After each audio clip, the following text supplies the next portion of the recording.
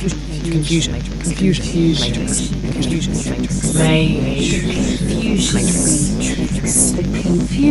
matrix. There's a fundamental problem with basic sales and marketing here, in that it sort of doesn't matter whether it would work in some way, in some part of your business, if what you're saying on the outset, that A, you don't know where it's going to work, and B, you don't know if it's going to work, right? I mean, you might as well just literally be selling snake oil. There's no difference from an outside-in perspective, which is why so many of these conversations with people who don't know about this stuff end the same way, because it absolutely bloody should end that way, right? I'm not saying that people shouldn't use these. I'm saying that they are being psychologically astute by walking away from them. And that's the problem that the entire industry has.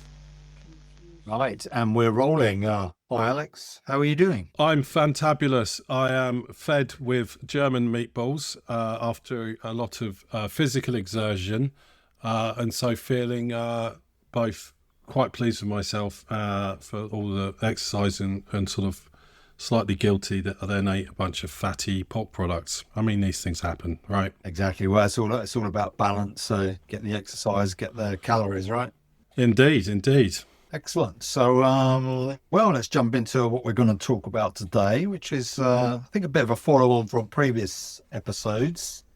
Last time round, we were talking about personalized software, which kind of is gone adjacent to what we want to talk about today, which is, are the models plateauing? If there's such a word as plateauing, I'm not sure if it's a verb.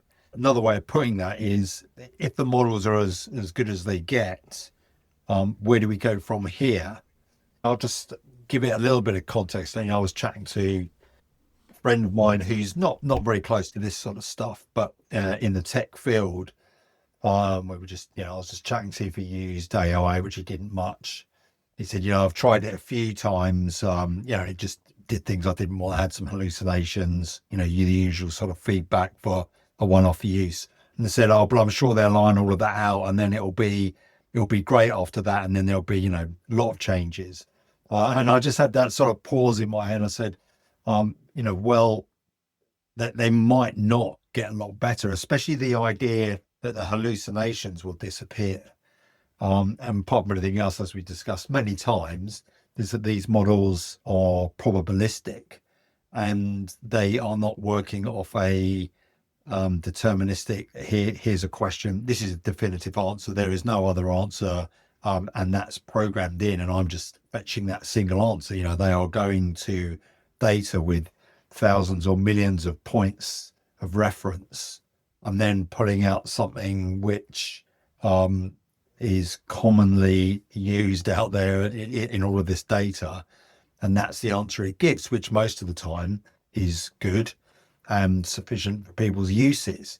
But with the current architecture, there's a big question there of, well, will that ever change? If they're always going to be probabilistic, are they always going to hallucinate? So we could probably talk a little bit about the technical side of it, but really, I'm personally thinking more about the ramifications of these things will get a bit better, but not much better. So, what are your sort of initial thoughts on that? I think there's an element of, yes, of course, they're going to get better, but how far down the route of diminishing returns are we? And I would suggest further than many people would like you to believe. I think there is the question of, firstly, what is better and better than what, right?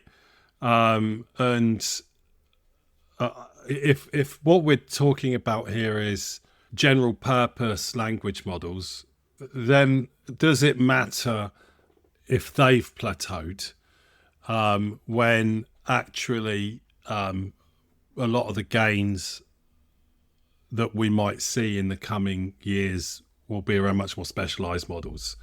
And so there is, well, what does better mean, right? And is it really valid and useful and efficient to be running these gigantic models that both know the history of some 16th century philosopher and the chemical structure of dexamphetamine. You know what I mean? It's like, I think there's a question around the validity and the longevity of general purpose models. I think in my mind that's probably the overarching question. But I think we probably should poke around the edges of what these models actually are and what we mean by better. Yeah, better being better than they are now, with masses of hallucinations and getting it wrong all the time. These weird behaviors. I was running some stuff the other day, and again we're into a little bit of the testing side. So I ran the same thing twice, and partly because I was trying to get a wrong answer right. So and I was doing some quite specific questioning around company finances and figures and getting it to pull them out. And our model was doing a very good job. It's one of the reasoning ones. And so it was going off, finding the numbers, coming back, saying, oh, I think the numbers mean this, so therefore I have to calculate this. And so here's the average growth over the 3 years for net income for this company. Oh, yeah, it's pretty good. It's done really good there. So let me ask it if it can do that company compared with a different company. So one half of that question was exactly the same, as in the same company, get the same figures, calculate the same figure, but just get another company and compare that. And went off and did that, and then just made up all the numbers. So I'm like, okay, so you've just run and given me 100% correct answer. And then I run you a second time with, the same question with a little addendum to now do a comparison with another company. So you've got to do the same again with another company, with no history. So it didn't know that it had done this already because it's a cleared chat history. And just adding in that extra comparison and that extra bit of work meant that the whole thing failed. And that's a real head scratcher. And it leads into all the things we've talked about in the past. So now you're into, well, do I try and go back to what I had before? Do I forward fix this? Do I ignore it? And so you suddenly got that decision, and plus the sudden trust issue of, well, that one it did for me yesterday, was that completely correct? So will elements like that, I'm sure elements like that will get better, but will they ever be eliminated? And as we talked about in our test episode, we've got to move away from the mindset of, well, if I give it A, the answer is B and it's always B and that will never change and that's it. And so therefore I can test against B. We know these things aren't like that. So we can't test it for B. But of course, on the other hand, this isn't just a test. This is actually a piece of work I want it to do. Effectively, it's getting it wrong. So in terms of providing a system which says it does this work for you, the answer is, well, actually, as we talked about before, it's more like an intern that's doing some work for you, and caveat at the bottom, intern may get this wrong as well as right. Yeah, I mean, it's less of a question of, can I do this? It's, can I do this consistently, and can I plan my workload around achieving this task using this approach, right? And that last one for me is particularly problematic because,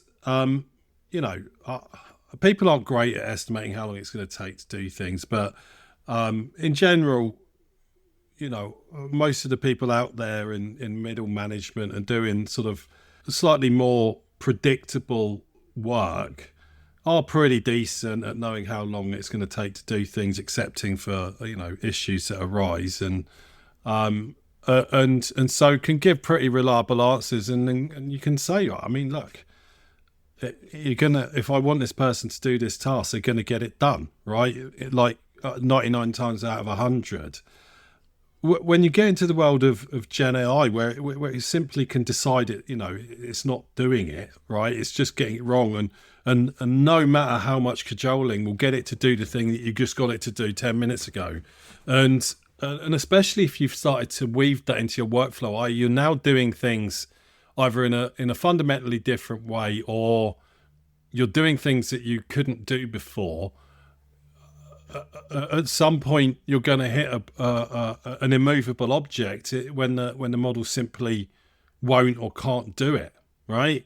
And therefore you can't rely on me anymore, right, as a human, if I've bolted that into my workflow, because as a human I'd problem solve it. But you've been in these situations as much as I have, where you're trying to ask it to do something relatively simple and it just can't get its head around it. Just can't do it. And you end up doing it yourself, right? It's going to take less time for me to just do this myself. Now, what if you can't do that? And what if, you've just wasted a whole morning of productive time trying to convince this thing to do something relatively simple? And now your time estimates are all blown. And there's always problems that arise. Humans aren't perfect, but we're pretty decent at managing teams and managing groups, managing our own time, and we can and generally do build in tolerances for things going wrong, right? But they have the ability to go so astray when you're building using these things, that as confident as I am getting models to do things for me, I don't feel confident enough to say, no, I can guarantee you this is now only going to take me 12 hours, which would have taken me, double that, triple that before, because I've got a model in the mix. No, I'm going to have to still say that's 36 hours. And if I'm lucky, I'll get it done in 12, right? And has that really taken us that far forward? You know what I mean? As we go down this path of caveat after caveat, that I'd start to see the real problem coming out. How do you talk someone through that and then still sound really positive about it? This task I was doing, if I was going to do it myself, it would have taken me, I would say, half an hour. And I'm quite concentrated half an hour. You're dealing with figures, you're taking them out, you've got to do calculations. So you want to sort of be double checking those. It's really easy to transpose numbers, all of that sort of thing.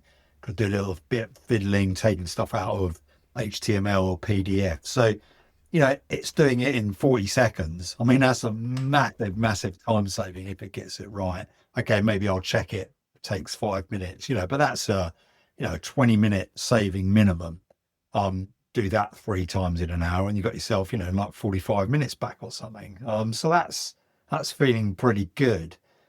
And then, well, it's not done it right. And so the first point, as you say, you got that moment of, well, what do I do? Do I try and fix what it's done, or do I just walk away from it right now? And then you're into that unknown estimate around time sink. If this is going to take me half an hour, just doing it on my own, I'm now 3 minutes in, realizing it's wrong. Well, I could take that 3 minute and just dump it, right? And I was going to notice 3 minutes. Or I could start trying to figure out a better prompt and get it to do this, and maybe in 15 minutes, I'm still not getting the right answer. And when I'm in that 15-minute mark, well, now it's a problem, because now I'm thinking, well, this really is half of my time. And then you're into the bit of sunk cost fallacy. Well, I better carry on because I've been doing this for so long. And you want to be able to suss that out. In minute 3, you want to be able to look at it and go, oh, I know that this can be sorted if I just do these things. And to sell that to somebody that it's going to be really good, but sometimes it might be much worse, and you'll end up, going down this path. As you say, it's the reality of life. It's the reality we've all had with any type of system, or even non-systems processes and things that we do.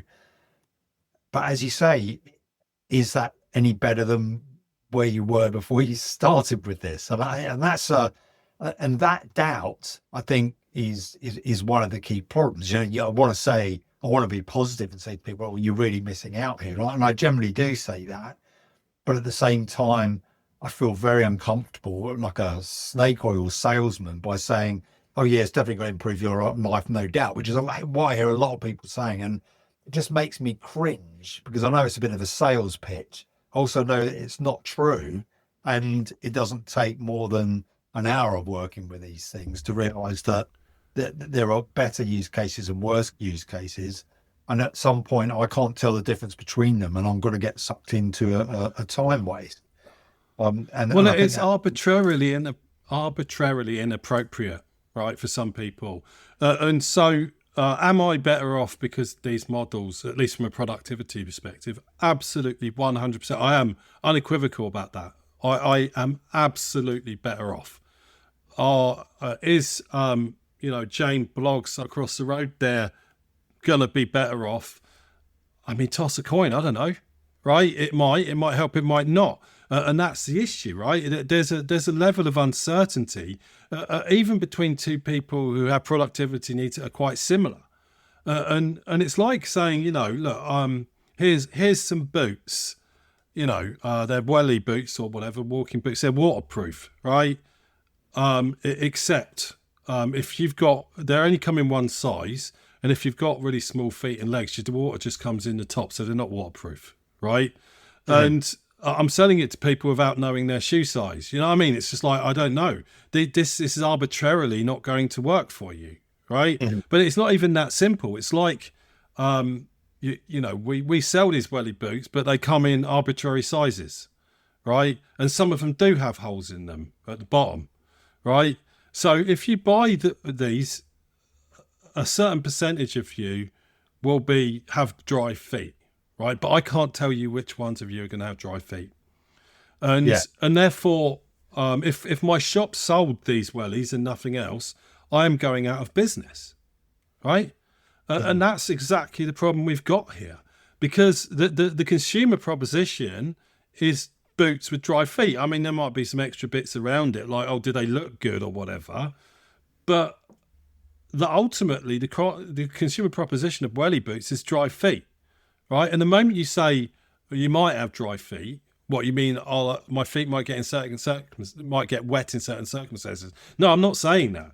I'm saying I literally can't tell you whether these are going to keep your feet dry or not. But if they do keep your feet dry, you can have dry feet, right? Who's going to buy that, right? And that's the problem, right? Yeah. It's just like that. That's not a consumer proposition.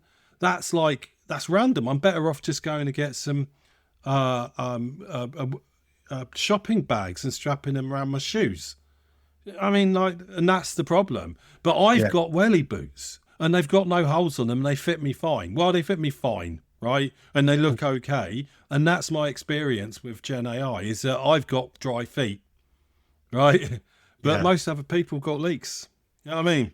Yeah, exactly. And how you sort of replicate that across everyone else is the real trick. And I think this is what you're saying, isn't it? About a lot of the improvements won't come necessarily from the models themselves, but how they're put together and the larger process that they end up sitting in. So, people talk about guardrails.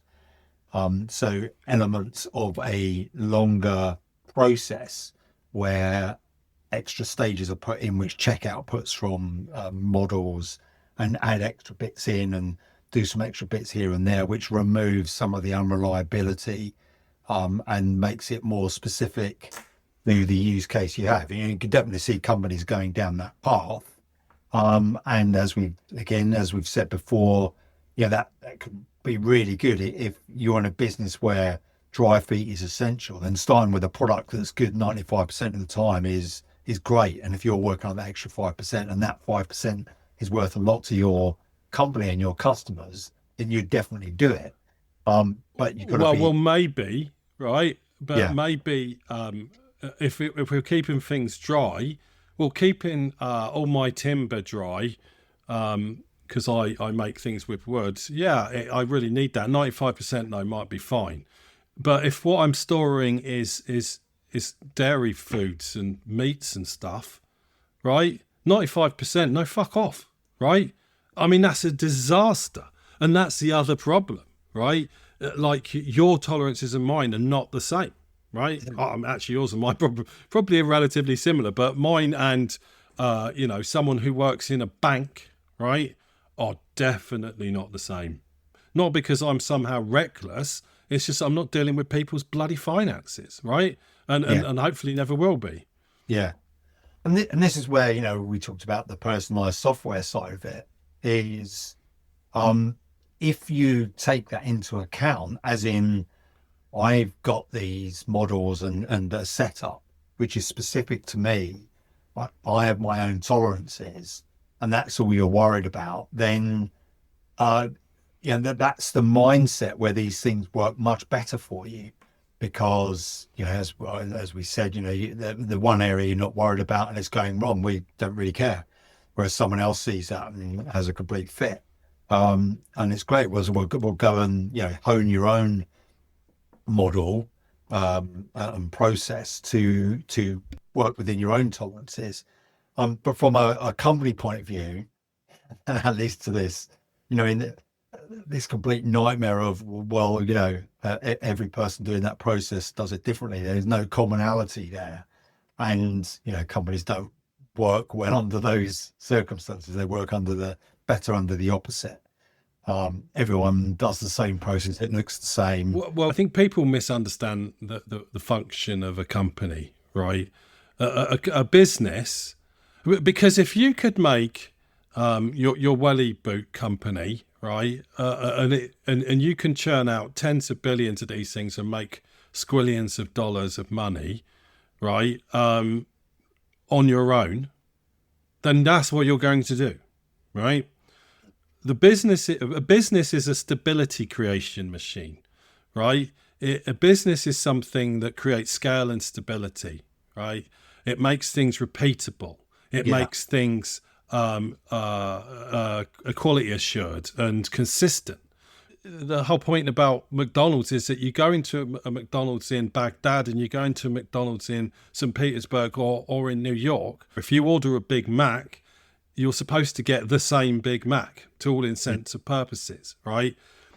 So what is McDonald's? It's a consistency creation machine, and that needs process. It needs stability. It needs a constancy of skill and supply and quality of product, right? And rank that quality where you like, right?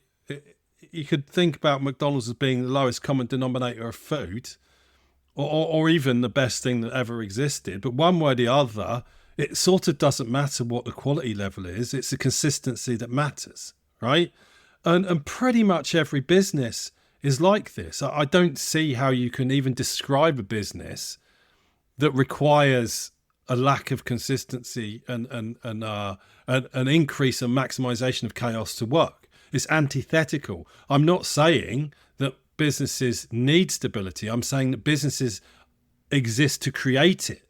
A business and instability, they're synonymous. They're the same thing, right? And therefore, when you put this entity in the middle of a business that has a ceiling or a floor, I guess, a ceiling in the amount of stability that it can offer, that's problematic in every single business. And so you can then only apply it to the parts of your business where its level of consistency exists in a range that's acceptable. Yes. So back to storing timber versus storing food, right?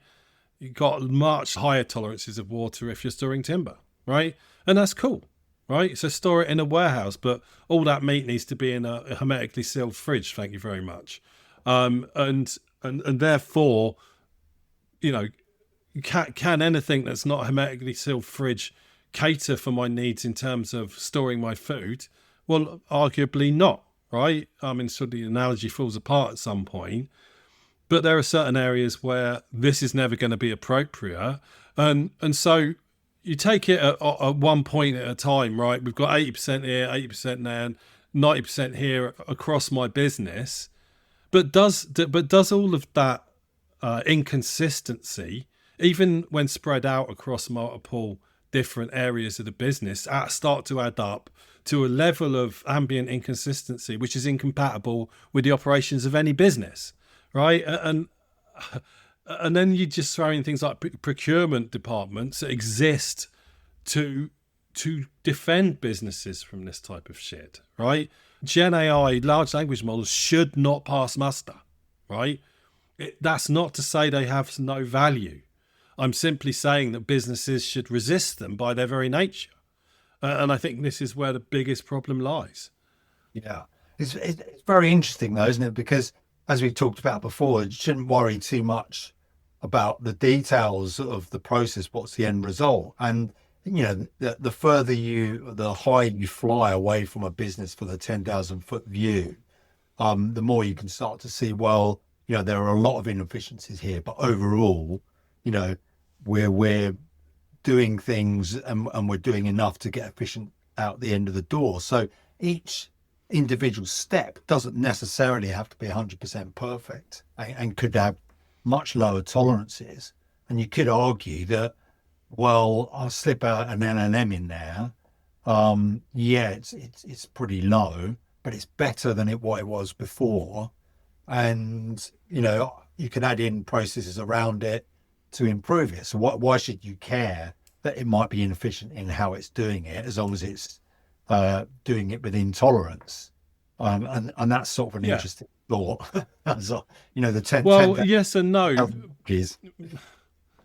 But so the issue here, though, and I've really felt, because there are so many aspects of this buzzing around in my head right now. But if you think about this from the perspective, and this is where you started it, which is essentially selling this into people, right? Yeah. You know, we have a founded belief that some people, if not every person, would benefit to some degree in some part of their life by using a language model to improve productivity, right? That's a reasonably inarguable point of view, right? But the problem is, it's not about what the reality is here. It's the sales pitch that's the problem, right?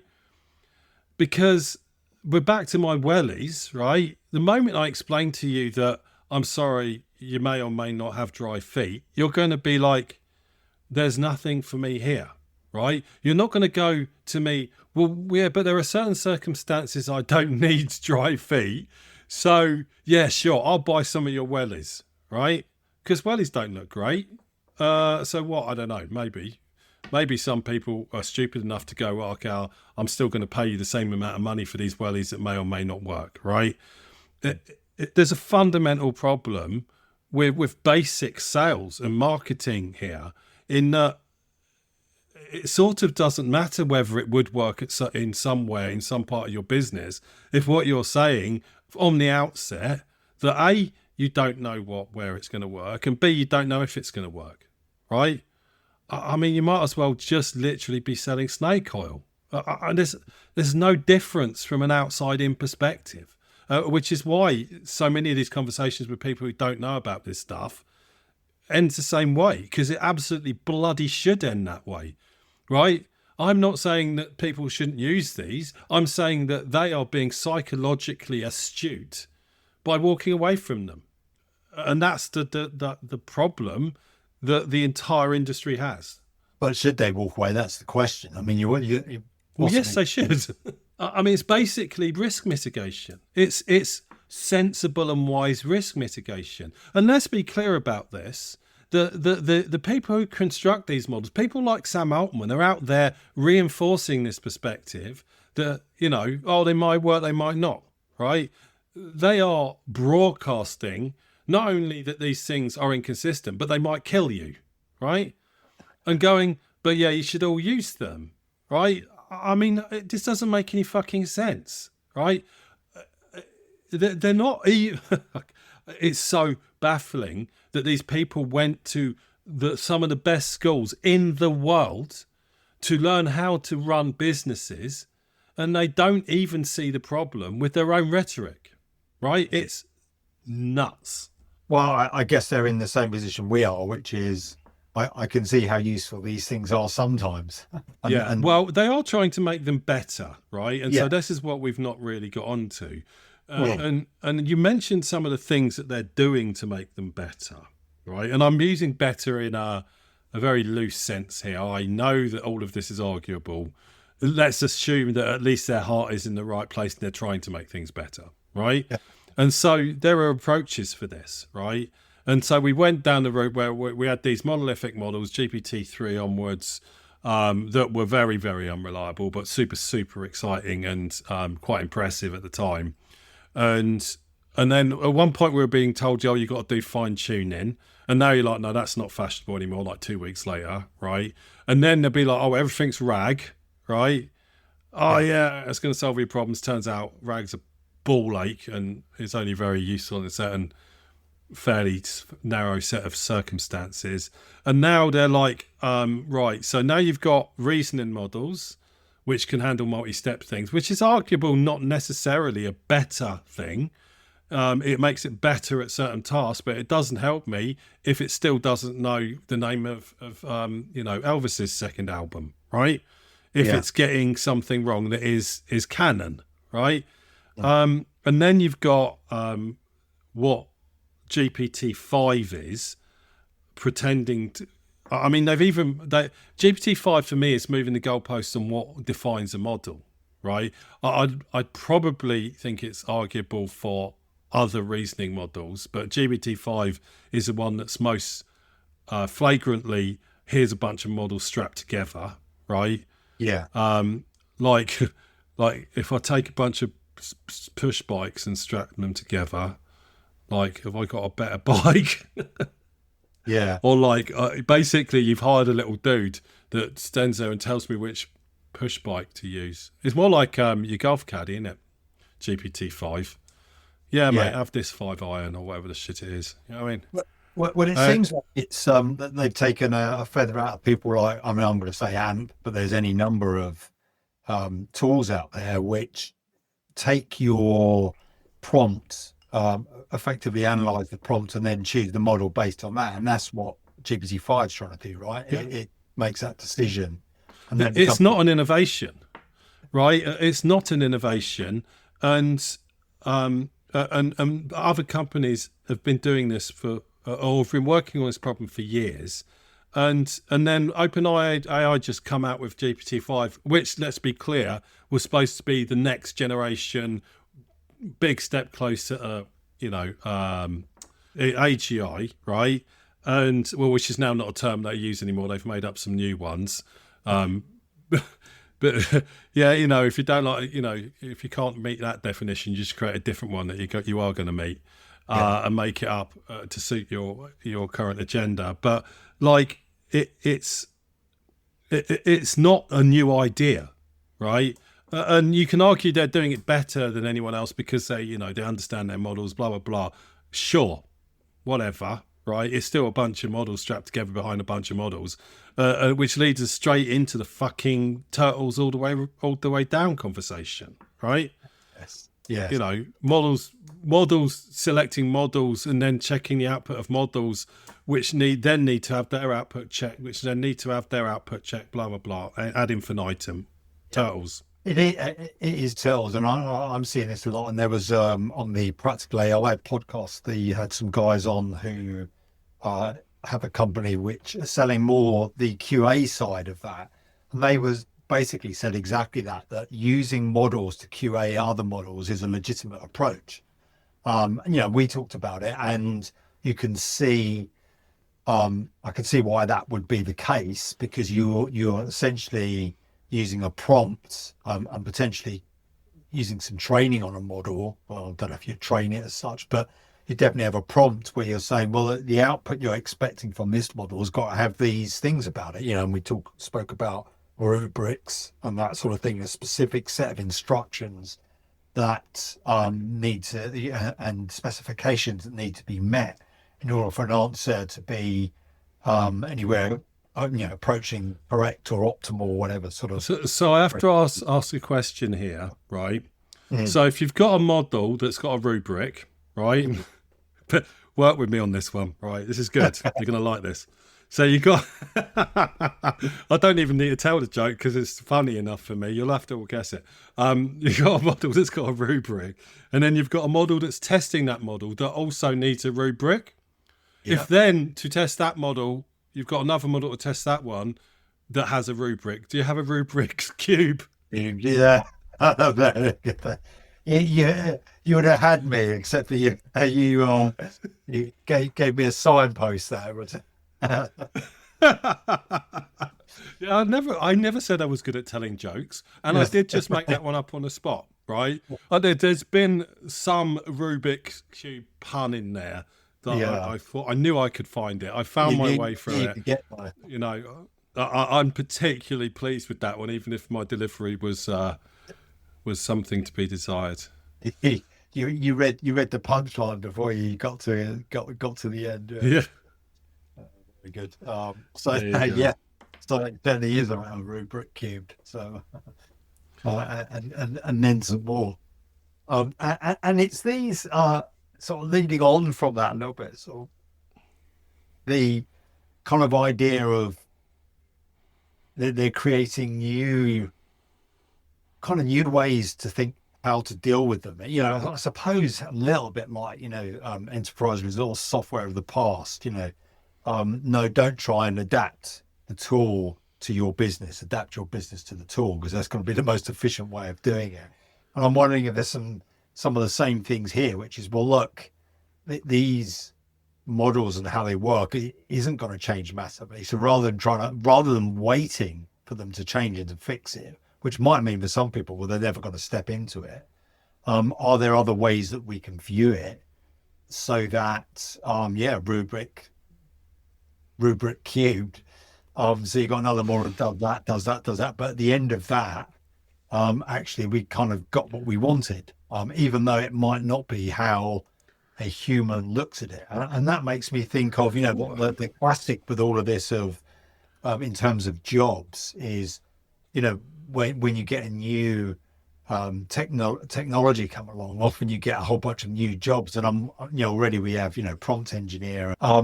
And I'm wondering if there's more stuff here. And you mentioned, we mentioned about managing these things like employees.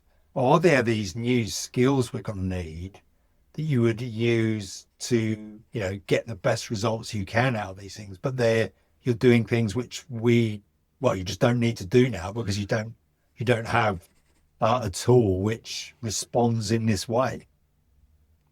I've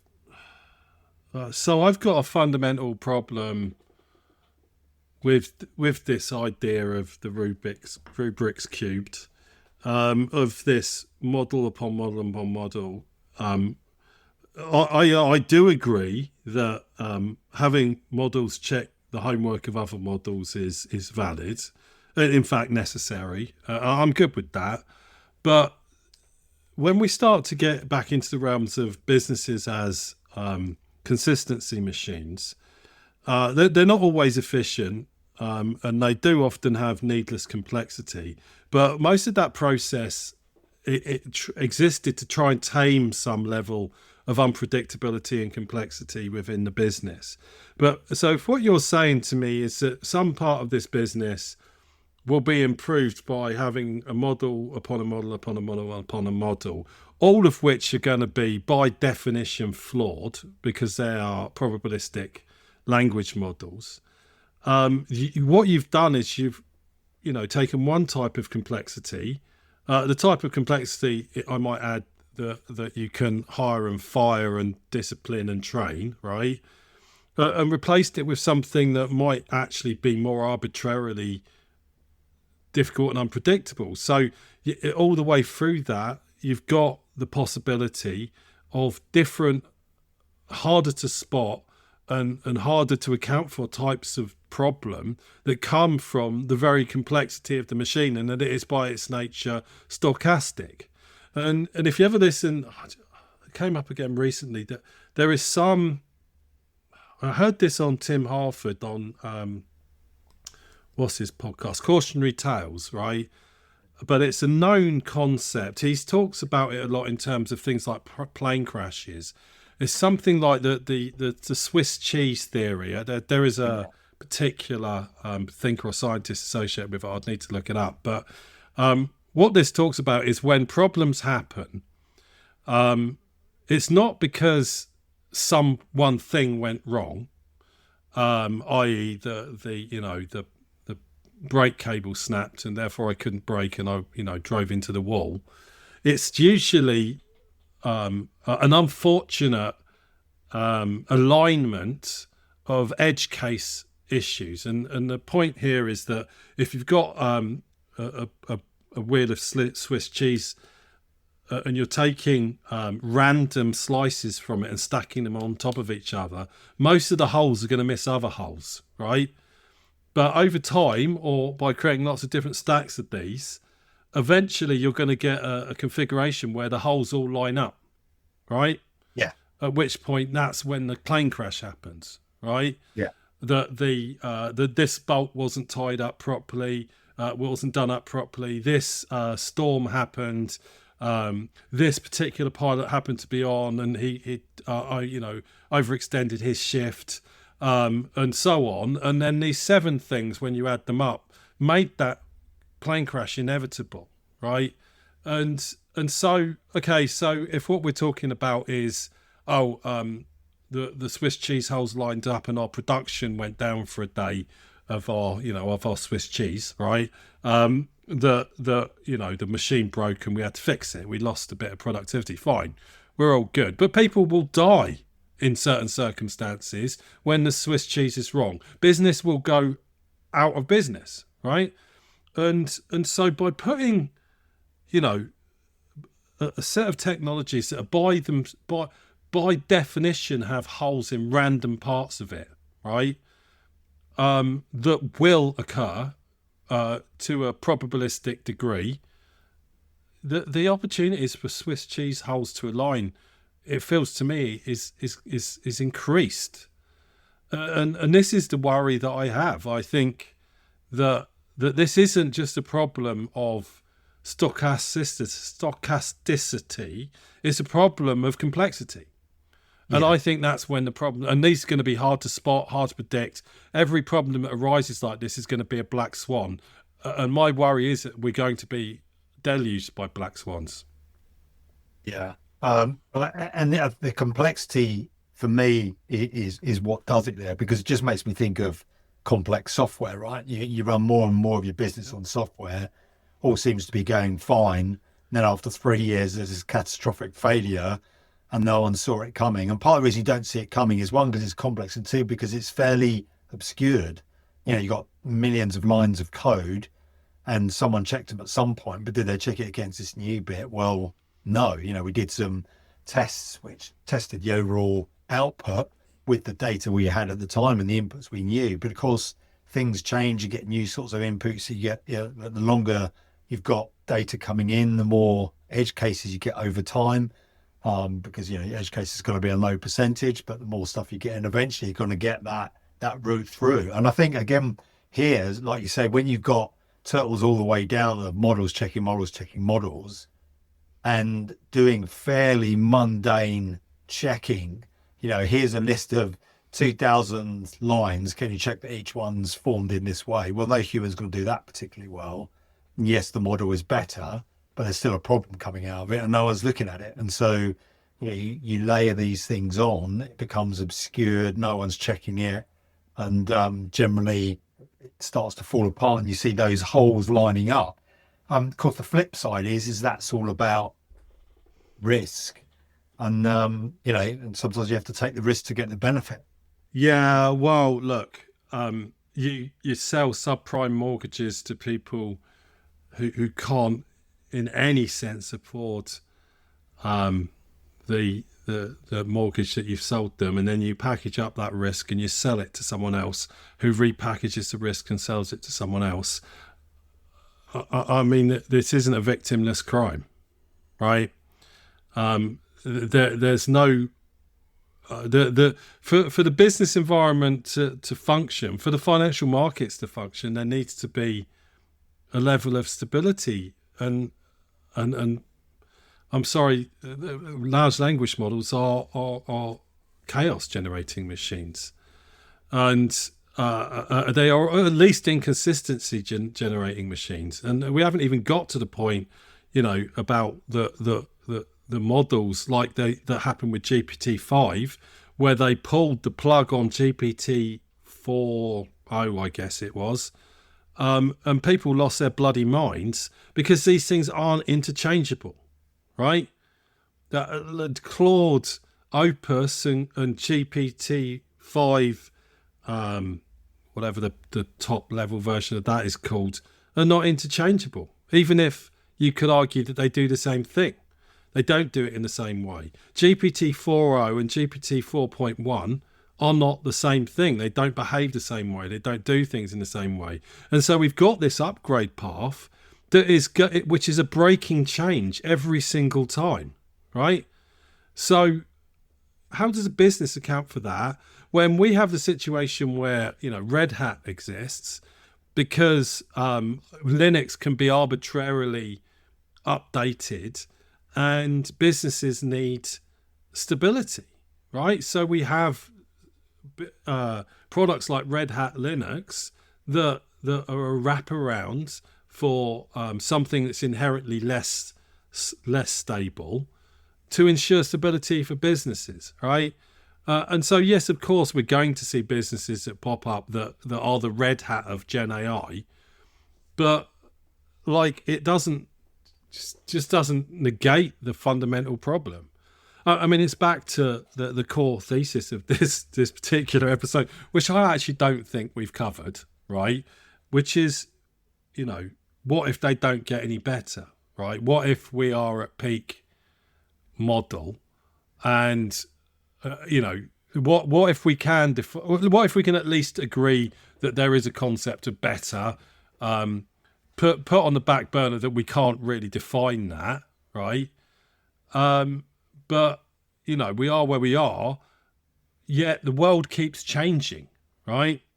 So GPT-5 does not know that Angela Rayner is no longer Deputy Prime Minister of the UK, right? Therefore, there has to be a new version of it that does, right? And has that had to be retrained on the internet yet again, burning a bunch of bloody forests down to do so, using all the water in California, right? To have that knowledge, right? And to be able to extrapolate on that knowledge. And therefore, even if GPT-X going forward is only asymptotically better, like we're in diminishing returns, that we're in the hundredths of a percentage point in terms of how accurate it is by any given measure, it still has to be updated, right? To reflect the world as it exists at any point in time. And that's going to change the model. And that means the next time you type in your prompt to GPT 5.9, right, that it might give you a fundamentally different result on exactly the same query, because when you retrain a model, all the weights change. All of them, right? Yeah. And and so even if they do everything in their power to keep everything equal, like OpenAI say GPT-5 or whatever, GPT-6 is the last model we're ever going to produce from the perspective of how we approach making models. Every single model from here on will be trained in exactly the same way. You've still put new information in it, right? All of the weights in that model have still got to be changed, which means that the model consistency still will not be there. It will be better, but it will still produce different results, which means you need a mountain of QA around everything, or you need to take GPT 6.2, make that the model that you're going to use, and never look at a different model again, and handle the fact that you need facts from your model in a different way, by not from what the model knows, but from what it does. So essentially saying, instead of just tell me about Elvis, you say no, or tell me about Angela Rayner, right? Don't tell me what you know about Angela Rayner. Go and look it up on bloody Wikipedia, right? And and so how far have we come? You know what I mean? Yeah. Well, and that's the weird thing, like you say, the reason you would, or one of the reasons you use these things uh, because they are using data and act, dare I say, acting like a human. And so you want them to be updated with new data. And that's also, as you point out, the very problem it then creates that they're inconsistent and therefore anything you do tomorrow is not the same as what you did today. So there's a real paradox there. And Well, it doesn't solve the problem. If your thesis is the core problem here is accuracy and stability and reliability, reproducibility, then the answer is simply that is not going to improve much, right? I think that's a done deal. It doesn't mean to say that, like GPT-5, you can't wrap it in things that account for that. yeah, I don't think it accounts for that. I don't think that having a model with the capability to interrogate but let's be clear, I don't need a model for that. I have an agent to interrogate the internet for me, right? yeah, yeah, And so I can have that now, right, with anything right back to. In fact, I've got a local llama model running on my 8 gig VRAM GPU that does a perfectly serviceable job. And this is a model that was trained in 2024 or something that can just go and find stuff out for me off the internet, right? I can do that, no problem at all. I don't need OpenAI, right? yeah, But it's not the same. It's not the same because it over time that model drift as it gets older and older and older. The types of reasoning that it can do, I say reasoning in quotes, is become less and less relevant and valuable because it's missing whole tranches of context, right? And these things rely on context to be able to make viable predictions about what the next word should be, right? So if all you need it to do is writing flat prose, then fine, right? If all it's got to do is write advertising copy, you're probably good. But if what you need to do is to help you because you're a journalist and you need to research, or you want it to do anything creative or seemingly creative, or to aid you be creative, it's going to get less and less good. It's just going to be like a radio, that's just going to feel more and more out of date, right? yeah. And that's interesting because it just, as you run through there, I mean, you're essentially just pulling out different elements of isolating elements from the main model. So give them a tool to go to the internet. Don't ask them for information. Give them a tool if they need to look at anything more than or more recent than 2 years old. And they're really good at general language, and that probably doesn't need to be updated every week. So give them a tool if you need him to use the latest teenage slang or whatever. And if you can get a layer, so it consistently uses tools at the right moment, then you are going to, like you say, you're essentially isolating out bits that you don't need and isolating the bits which are changed so that you can get that consistency. And again, I can see companies definitely doing that. So you get the benefits of a small part of the large language model, which is kind of a bit ironic. But Well, exactly. And do we need I mean, all language models are going to be large. I mean, reality is they have to be to be able to service the vastly different types of conversation you might have with it. Right. One of the first things I wrote down when we started talking here was knows in quotes versus does.